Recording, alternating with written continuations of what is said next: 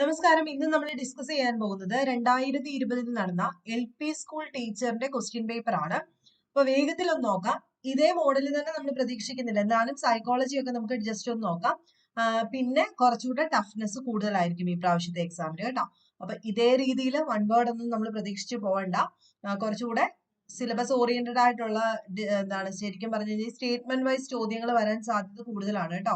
അതുകൊണ്ട് അതും കൂടെ ഉൾപ്പെടുത്തിയിട്ട് പഠിക്കുക. ഏറ്റവും കൂടുതൽ ചോദ്യങ്ങൾ വന്നിരിക്കുന്ന മേഖലകൾ മനസ്സിലാക്കാനായിട്ട് നമുക്ക് ഇതുപോലെയുള്ള പ്രീവിയസ് ക്വസ്റ്റ്യൻ പേപ്പർ ഡിസ്കസ് ചെയ്യുന്നത് നന്നായിരിക്കും. അതുപോലെ 20 മാർക്കിന്റെ സൈക്കോളജി ടോപ്പിക്സ് വന്നിരിക്കുന്ന മേഖലകൾ ഏതാണെന്നൂടെ നമുക്ക് ഈ കൂട്ടത്തിൽ പറഞ്ഞു പോവാം. ഒന്നാമത്തെ ചോദ്യം, രാജ്യത്തെ ആദ്യത്തെ സ്വകാര്യ തീവണ്ടി സർവീസ് തേജസ് എവിടെ മുതൽ എവിടെ വരെ ആയിരുന്നു ഓടിയത്? തേജസ് എന്താണ്? രാജ്യത്തെ ആദ്യത്തെ സ്വകാര്യ തീവണ്ടി സർവീസ് ആയിരുന്നു തേജസ്. ഇത് എവിടെ മുതൽ എവിടം വരെയാണ് ഓടിയത്? ഓപ്ഷൻ സി ആണ്, ലക്നൗ മുതൽ ന്യൂഡൽഹി വരെയാണ്. ലക്നൗ മുതൽ ന്യൂഡൽഹി വരെ. ക്വസ്റ്റ്യൻ നമ്പർ 2, താഴെ കൊടുത്തിരിക്കുന്നവരില് 2019 സാമ്പത്തിക ശാസ്ത്രത്തിനുള്ള നൊബേൽ സമ്മാനം ലഭിക്കാത്തത് ആർക്കാണെന്നാണ് ചോദ്യം. ഓപ്ഷൻ എ ആണ്, ജെയിംസ് പീബിൾസ് ആണ് കേട്ടോ. ജെയിംസ് പീബിൾസ് ആണ്. അപ്പൊ 2019 ആർക്കൊക്കെ ലഭിച്ചു? Esther ദുഫ്ലോ, Abhijit Banerjee, Michael Kremer.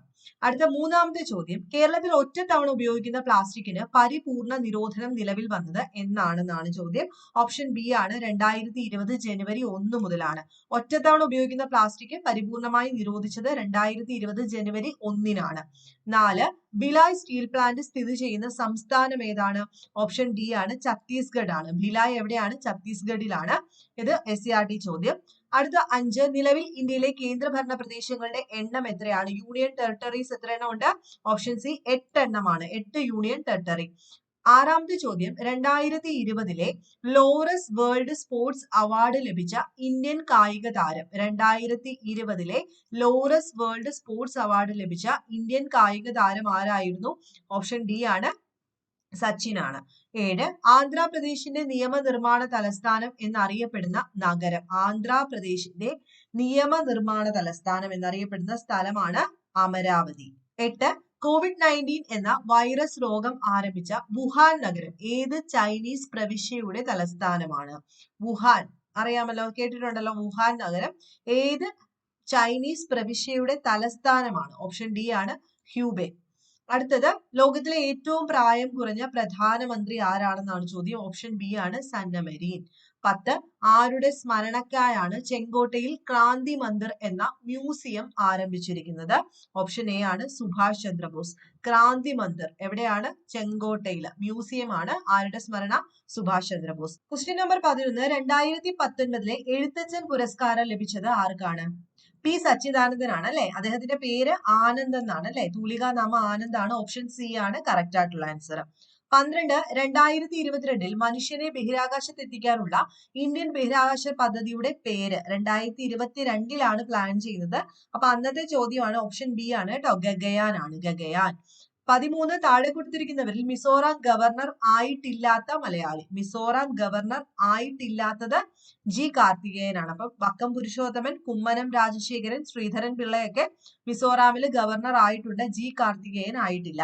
14, ഡൽഹിയിൽ 3-ാം തവണ അധികാരത്തിലെത്തിയപ്പോൾ ആം ആദ്മി പാർട്ടി നേടിയ സീറ്റുകളുടെ എണ്ണം എത്രയാണ്? 62 ആണ്. 2019 മെയ് 30 അധികാരമേറ്റ നിലവിലെ കേന്ദ്ര മന്ത്രിസഭയിലെ വിദേശകാര്യ വകുപ്പ് മന്ത്രി. അപ്പൊ ഇത് നമുക്ക് ചോദിക്കാൻ സാധ്യത കുറവാണ് കേട്ടോ. ഇത് അന്നത്തെ കറണ്ട് അഫെയർ ആയിരുന്നു. ഓപ്ഷൻ ബി ആണ്, ഡോക്ടർ സുബ്രഹ്മണ്യം ജയശങ്കർ. അടുത്തത്, ഇദ്ദേഹം ഇപ്പോഴും ഫോറിൻ ആണ് കേട്ടോ. ഫോറിൻ മിനിസ്റ്റർ ആണ് സുബ്രഹ്മണ്യം ജയശങ്കർ. 16, 2019 നവംബർ 3 16ാമത് ഇന്ത്യൻ ആസിയൻ ഉച്ചകോടി ഏത് നഗരത്തിലാണ് നടന്നത്? 2019 നവംബർ 3 16ാമതായിരുന്നേ ആസിയൻ ഉച്ചകോടി നടന്നത് എവിടെ വെച്ചിട്ടായിരുന്നു? ഓപ്ഷൻ സി ആണ്, ബാങ്കോക്ക് ആണ്. അടുത്തത് 17, നിലവിലെ ലോക്സഭയിലെ ഔദ്യോഗിക പ്രതിപക്ഷ നേതാവ് ആരാണെന്നാണ് ചോദ്യം. നിലവിലെ ഔദ്യോഗിക പ്രതിപക്ഷ നേതാവ് ഇല്ല എന്നുള്ളതാണ് ആൻസർ. 18, താഴെ പറയുന്നവയിൽ കേരളത്തിലൂടെ കടന്നു പോകുന്ന ദേശീയ ജലപാത ഏതാണ്? എല്ലാവർക്കും അറിയാം, ഓപ്ഷൻ സി ആണ്, NW3 ആണ് അല്ലെ. NW3 ആണ്. 19, ലോക ബാങ്ക് നിലവിൽ വന്ന വർഷം. വേൾഡ് ബാങ്ക് നിലവിൽ വന്ന വർഷം. ഓപ്ഷൻ ബി 2019 നവംബർ 29 ആണ്. അതുപോലെ 2020 വർഷം UN ഏത് വിഷയവുമായി ബന്ധപ്പെട്ടിട്ടാണ് ആചരിച്ചത്? ഏതാണ്? ഓപ്ഷൻ ഡി ആണ്, അന്താരാഷ്ട്ര സസ്യ സംരക്ഷണ വർഷം 2022 പയറുവർഗം. അടുത്ത ഇന്ത്യയുമായി കര അതിർത്തി പങ്കിടാത്ത രാജ്യം ഏതാണ്? ഇന്ത്യയുമായി കര അതിർത്തി പങ്കിടാത്ത രാജ്യം ഏതാണ്? ഓപ്ഷൻ എ ആണ് ശ്രീലങ്കയാണ് കേട്ടോ. നമുക്ക് കര അതിർത്തി ഇല്ലാത്ത ആരൊക്കെയായിട്ടുണ്ട്? പാകിസ്ഥാൻ, ബംഗ്ലാദേശ്, ചൈനയായിട്ട് കര അതിർത്തി ഉണ്ട്. താഴെ പറയുന്നവയിൽ ഇതിപ്പോ നമ്മൾ ചർച്ച ചെയ്തുകൊണ്ടിരിക്കുന്ന ഒരു പോർഷൻ ആണ് അല്ലെ, ഇന്ത്യയുടെ ലൊക്കേഷൻ. താഴെ പറയുന്നവയിൽ ഉപദ്വീപീയ പീഠഭൂമിയിലൂടെ ഒഴുകാത്ത നദി ഏതാണെന്നാണ് ചോദ്യം. ഉപദ്വീപീയ പീഠഭൂമിയിലൂടെ ഒഴുകാത്തത് യമുനയാണ്. യമുന എവിടെയാണ്? സമതലത്തിന് മുകളിൽ വെച്ചിട്ടാണ് അല്ലെ. അടുത്തത് 23.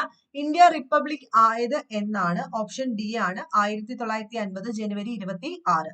ഇന്ത്യയുടെ സമ്പദ് വ്യവസ്ഥ താഴെ പറയുന്നവയിൽ ഏതാണെന്നാണ് ചോദ്യം. ഇന്ത്യയുടെ സമ്പദ് വ്യവസ്ഥ ഓപ്ഷൻ സി ആണ് മിക്സഡ് എക്കണോമിയാണ്, മിശ്ര സമ്പദ് വ്യവസ്ഥ. 25. ലക്ഷദ്വീപിന്റെ തലസ്ഥാനം ഏതാണ്? ലക്ഷദ്വീപിന്റെ കവരത്തിയാണ്, ഓപ്ഷൻ ഡി ആണ്. ഉരുക്കു മനുഷ്യൻ എന്നറിയപ്പെടുന്നത് ഈസി ആയിട്ടുള്ള ചോദ്യമാണ്. സർദാർ വല്ലഭായ് പട്ടേൽ. കേരളത്തിന്റെ തീരപ്രദേശങ്ങളിൽ കാണപ്പെടാത്ത ഭൂരൂപം, കേരളത്തിന്റെ തീരപ്രദേശത്തിൽ കാണപ്പെടാത്തതാണ് ചോദിച്ചിരിക്കുന്നത്. ഡെൽറ്റയാണ് കേരളത്തിന്റെ. ഡെൽറ്റ എവിടെയാ ഉള്ളത്?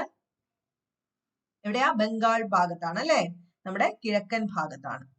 അടുത്തത് 28. നിരത്തിലൂടെ സഞ്ചാര സ്വാതന്ത്ര്യത്തിനായി നടന്ന സമരം ഏതാണ്? നിരത്തിലൂടെ സഞ്ചാര സ്വാതന്ത്ര്യത്തിനുള്ള ആയിട്ട് നടന്ന ഒരു സമരമായിരുന്നു ഓപ്ഷൻ എ വൈക്കം സത്യാഗ്രഹം. അടുത്ത ശ്രീനാരായണ ഗുരുവിന്റെ പ്രവർത്തനങ്ങളുമായി ബന്ധമില്ലാത്തത് ഏതാണെന്നാണ് ചോദ്യം. എല്ലാവർക്കും അറിയാം, മേൽമുണ്ട് കലാപം, സർവമത സമ്മേളനം, SNDP, അരുവിപ്പുറം പ്രതിഷ്ഠ. ഈ മൂന്നെണ്ണം കാണുമ്പോൾ തന്നെ ഇതല്ല എന്ന് ഊഹിക്കാം. വിവരാവകാശ നിയമം സംബന്ധിച്ച് തെറ്റായ കാര്യം ഏതാണ്? 2005 നിലവിൽ വന്നു, ശരിയാണല്ലോ. 2005 നിലവിൽ വന്നത്. 10 രൂപ കോഡ് ഫീസ് സ്റ്റാമ്പ്, 30 ദിവസത്തിനുള്ളിൽ മറുപടി, ഇവയൊന്നുമല്ല. ഇതെല്ലാം ശരിയാണ്. തെറ്റായ കാര്യം ഇവയൊന്നുമല്ല എന്നുള്ളതാണ്. അടുത്ത അമേരിക്കൻ ഐക്യനാടുകളുടെ ആദ്യ പ്രസിഡന്റ് ആയിരുന്നു? ഓപ്ഷൻ ബി ആണ് ജോർജ് വാഷിംഗ്ടൺ ആണ്. അടുത്തത് 32. ഫ്രഞ്ച് വിപ്ലവം നടന്ന വർഷമാണ് ചോദിച്ചിരിക്കുന്നത്. ഓപ്ഷൻ സി ആണ് 1789. 1789. ഹിറ്റ്ലറുടെ രഹസ്യ പോലീസിന്റെ പേരെന്തായിരുന്നു? Option A Gestapo. അടുത്ത 34. ഭൂമിയുടെ 2 അർദ്ധഗോളങ്ങളിലും രാത്രിയും പകലും തുല്യമായി വരുന്ന ദിവസങ്ങളെ നമ്മൾ വിളിക്കുന്ന പേരെന്താ? ഓപ്ഷൻ ബി ആണ് വിഷുവം. SCRT ചോദ്യമാണ്. അന്തരീക്ഷ മർദ്ദം അളക്കുന്നതിനുള്ള യൂണിറ്റ് ഏതാണ്? എല്ലാവർക്കും അറിയാം, ഓപ്ഷൻ സി ആണ് മില്ലിബാർ ആണ്. അടുത്ത ഇന്ത്യയിൽ അനുഭവപ്പെടാത്ത പ്രാദേശികവാദം ഏതാണ്? ഏത് കാറ്റാണ് ഇന്ത്യയിൽ അനുഭവപ്പെടാത്തത്? ഫൊന്നാണ് കേട്ടോ. മാംഗോ ഷവറും കാൽബൈശാഖി ലൂവും ഒക്കെ നമുക്കുണ്ട്. അടുത്ത 37. 6 വയസ്സ് വരെയുള്ള ശിശുക്കളുടെ സമഗ്ര വികസനം ലക്ഷ്യമാക്കുന്ന ഏജൻസി എല്ലാവർക്കും അറിയാം, ഓപ്ഷൻ ബി ആണ് ICDS, ഇന്റഗ്രേറ്റഡ് ചൈൽഡ് ഡെവലപ്മെന്റ്. അടുത്തത് GST നിലവിൽ വന്നത് സ്ഥിരം ചോദ്യമാണ്. GST നിലവിൽ വന്നത് എല്ലാവർക്കും അറിയാം, ഓപ്ഷൻ ബി ആണ് 2017 ജൂലൈ 1. ഹാരപ്പൻ സംസ്കാരത്തിന്റെ ഭാഗമായ നഗരമാണ് നെക്സ്റ്റ് ചോദ്യം. ഏതാണ്? ഓപ്ഷൻ സി ആണ് മോഹൻജദാരോ. Question number 40. ഭൂമിയുടെ ഏറ്റവും പുറമെ കാണപ്പെടുന്ന പാളി ഏതാണെന്നാണ് ചോദ്യം. ഈസി ചോദ്യമാണ്. ഓപ്ഷൻ ഡി ആണ് ഭൂവൽക്കം അല്ലെ, ഭൂവൽക്കം. നല്ലൊരു താപചാലകവും എന്നാൽ വൈദ്യുത ചാലകവും അല്ലാത്ത വസ്തു. നല്ലൊരു താപചാലകം എന്നാൽ വൈദ്യുത ചാലകമല്ല. താപത്തെ കടത്തിവിടും, വൈദ്യുതിയെ കടത്തിവിടത്തില്ല. അതാരാ? ഓപ്ഷൻ സി ആണ് മൈക്ക. കാർബൺ മോണോക്സൈഡും നൈട്രജനും ചേരുന്ന മിശ്രിതം ഏത് പേരിലാണ് അറിയപ്പെടുന്നതെന്നാണ് ചോദ്യം. ഏത് പേരിലാണ്? ഓപ്ഷൻ ബി ആണ് പ്രൊഡ്യൂസർ ഗ്യാസ് ആണ്. പ്രൊഡ്യൂസർ ഗ്യാസ് എന്നറിയപ്പെടുന്നു. അടുത്ത 43. വെള്ളത്തിന്റെ അല്ലെങ്കിൽ മഴവെള്ളത്തിന്റെ pH എത്രയാണ്? മഴവെള്ളത്തിന്റെ 5.6 ആണ്. 5.6. ജലത്തിന്റെ താൽക്കാലിക കാഠിന്യത്തിന് കാരണമാകുന്ന രാസവസ്തുവാണ്? Option D calcium bicarbonate. Optical fibre ഉപയോഗിക്കുന്നത് എന്തിനു വേണ്ടിയിട്ടാണ്? ഒപ്റ്റിക്കൽ ഫൈബർ ഉപയോഗിക്കുന്നത് ഈ പറയുന്നതിനകത്തില്ല കേട്ടോ. Endoscopy, ultrasound scan, spectroscopy, x ray ഇതിനകത്തില്ല. ശരിക്കും പറഞ്ഞു കഴിഞ്ഞാൽ ഇത് ഫോണിനകത്ത്, ഇന്റർനെറ്റിനകത്തും പിന്നെ സർജറിക്കൊക്കെ യൂസ് ചെയ്യാറുണ്ട് അല്ലെ, സർജറിക്കൊക്കെ. അപ്പൊ ഇത് ക്യാൻസൽ ചോദ്യമായിരുന്നു. 46. താഴെ പറഞ്ഞതിൽ ഏറ്റവും നല്ല താപചാലകം, താപത്തെ കടത്തിവിടുന്ന ഓപ്ഷൻ ഡി ആണ് സിൽവർ ആണ്. AC യെ DC ആക്കി മാറ്റുന്ന ആരാ? ഓപ്ഷൻ സി ആണ് റെക്ടിഫയർ. മെർക്കുറിയുമായി ചേർന്ന് അമാൽഗം ആവാത്ത ലോഹം ഏതാണ്? ഓപ്ഷൻ എ ആണ് ഇരുമ്പാണ്. സൾഫ്യൂരിക് ആസിഡിന്റെ നിർമ്മാണത്തിൽ ഉപയോഗിക്കുന്ന ഉൾപ്രേരകം ഏതാണ്? ഓപ്ഷൻ ബി ആണ് V2O5 ആണ്. മർദ്ദത്തിന്റെ യൂണിറ്റ് അല്ലാത്തത് ഏതാണെന്നാണ് ചോദ്യം. ഓപ്ഷൻ ഡി ആണ് വെബർ. പാസ്കലും ടോറ് ബാർ ഇതെല്ലാം എന്താ? പ്രഷറിന്റെ യൂണിറ്റ് ആണ്. ആരോഗ്യ ദിനവുമായി ബന്ധപ്പെട്ട് മാർച്ച് 24 പ്രത്യേകത എന്താണ് എന്നാണ് നെക്സ്റ്റ് ചോദ്യം വന്നിരിക്കുന്നത്. എന്താണ്? ഓപ്ഷൻ സി ആണ് അല്ലെ, ലോകക്ഷയ രോഗ ദിനമാണ് മാർച്ച് 24. ഇരവികുളം പാർക്കിനെ ദേശീയോദ്യാനമായിട്ട് പ്രഖ്യാപിച്ച വർഷമാണ് ഓപ്ഷൻ എ 1978. രക്തസമ്മർദ്ദത്തിനുള്ള ഔഷധമായ റിസർപ്പിൻ വേർതിരിച്ചെടുക്കുന്നത് ഏത് സസ്യത്തിൽ നിന്നാണെന്നാണ് ചോദ്യം. ഓപ്ഷൻ ബി ആണ് സർപ്പഗന്ധി. ഇത് പ്രീവിയസ് ചോദ്യമാണ്, ഒത്തിരി വട്ടം ചോദിച്ചിട്ടുണ്ട്. നാഷണൽ വൈറോളജി ഇൻസ്റ്റിറ്റ്യൂട്ട് സ്ഥിതി ചെയ്യുന്നത് എവിടെയാണ്? പൂനായിലാണ്. മത്സ്യത്തിന്റെ ഹൃദയത്തിലെ അറകളുടെ എണ്ണം എത്രയാണ്? 2. ന്യൂക്ലിയസിന്റെ വിഭജനത്തിന് പുത്രികാ ക്രോമസോമുകൾ രൂപം കൊള്ളുന്ന ഘട്ടം ഏതാണ്? ഓപ്ഷൻ ഡി ആണ് അനഫേസ് ആണ്. താഴെ കൊടുത്തവയിൽ പടവലത്തിന്റെ സങ്കര ഇനമാണ്? ഓപ്ഷൻ എ ആണ് കൗമുദി. DTP അഥവാ ട്രിപ്പിൾ വാക്സിൻ നൽകിയാൽ തടയാൻ പറ്റാത്ത രോഗം. DTP അഥവാ ട്രിപ്പിൾ വാക്സിൻ നൽകിയാലും തടയാൻ പറ്റാത്ത രോഗമാണ് ഇൻഫ്ലുവൻസ. അപ്പൊ തടയുന്നത് വില്ലൻ ചുമ, diphtheria, tetanus. DTP triple, villain ചുമ, ഡിഫ്തീരിയ, ടെറ്റനസ്, 3 കീമോതെറാപ്പിയുടെ പിതാവ് എന്നറിയപ്പെടുന്ന ഓപ്ഷൻ ബി ആണ് പോൾ എർലിക് ആണ്.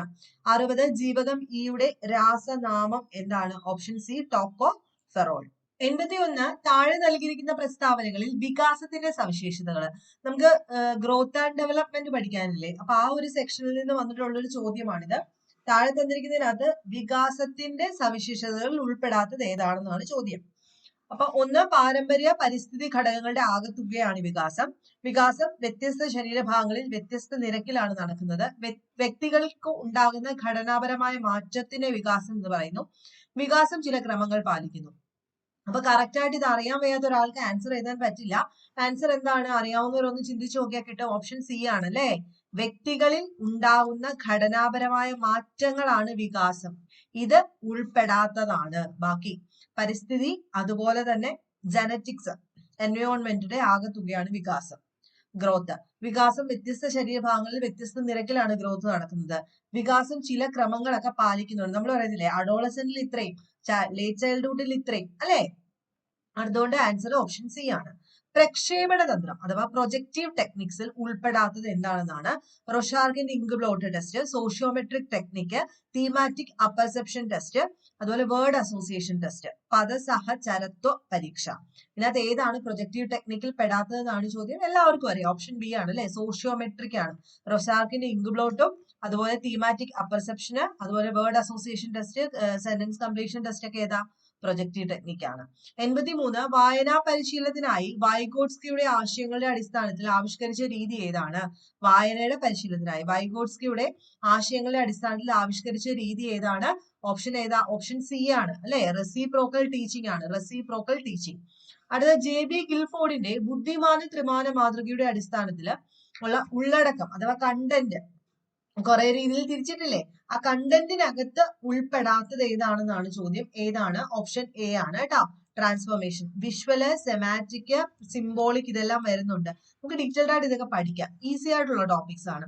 85 നിർദ്ദേശക രഹിത കൗൺസിലിംഗ്, നോൺ ഡയറക്റ്റീവ് കൗൺസിലിംഗ് സമീപനത്തിന്റെ പ്രയോക്താവ് ആരാണ്? നോൺ ഡയറക്റ്റീവ് കൗൺസിലിംഗ്, നിർദ്ദേശക രഹിത കൗൺസിലിംഗിന്റെ ഉപജ്ഞാതാവ് ആരാണ്? ഓപ്ഷൻ ബി ആണ്, കോൾ റോജേഴ്സ് ആണ്. അടുത്തത് താഴെ പറയുന്നവയിൽ സാമൂഹ്യജ്ഞാന നിർമ്മിതിവാദം അഥവാ സോഷ്യൽ കൺസ്ട്രക്റ്റിവിസത്തിന്റെ പിൻബലമില്ലാത്ത പഠന രീതി. സോഷ്യൽ കൺസ്ട്രക്റ്റിവിസം വെച്ചിട്ടല്ലാത്ത രീതിയാണ് ചോദിക്കുന്നത്. ആവർത്തിച്ച് ഉരുവിട്ട് പഠിക്കുക. സംഘപഠനം, ഗ്രൂപ്പ് ലേണിംഗ് ഉണ്ട്, സഹവർത്തിത്വ പഠനമുണ്ട്, സംവാദാത്മക പഠനം, ഇതെല്ലാം എന്താണ്? സോഷ്യൽ കൺസ്ട്രക്റ്റിവിസത്തിൽ വരും. ഉരുവിട്ട് പഠിക്കുന്നത് വരത്തില്ല, റിപ്പീറ്റ് ചെയ്ത് വായിച്ചു പഠിച്ചിരിക്കുന്നത് വരത്തില്ല. പിയാഷയുടെ വൈജ്ഞാനിക വികസന ഘട്ടം, കോഗ്നിറ്റീവ് ഡെവലപ്മെന്റ് തിയറി ഉണ്ടല്ലോ, അതിന്റെ അനിമിസം, സെൻട്രേഷൻ അഥവാ കേന്ദ്രീകരണം എന്നിവ